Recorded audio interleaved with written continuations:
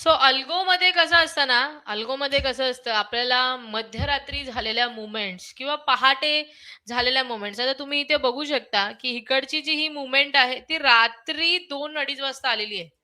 तो हे आपल्या इंडियन लोकांना तरी पॉसिबल नसतं अशा वेळी अवेलेबल राहणं. ओके. अशा वेळी अवेलेबल राहणं.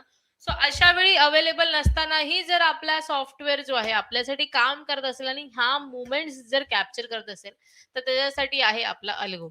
सो आपला जो अल्गो आहे ना, ओके. आपला जो अल्गो आहे तो बीटीसी ओके.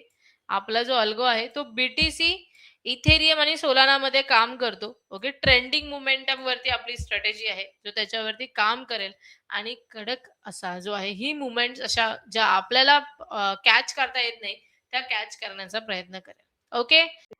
हा व्हिडिओ केवळ एज्युकेशनल आणि इन्फॉर्मेशनल पर्पजसाठी आहे. हे कोणत्याही प्रकारचा फायनान्शियल इन्व्हेस्टमेंट किंवा ट्रेडिंग ॲडवाइस देत नाही. मी सेबी रजिस्टर्ड फायनान्शियल ॲडवायझर नाही आणि या व्हिडिओमध्ये दिलेली कोणतीही माहिती ही पर्सनल रिकमेंडेशन समजू नये.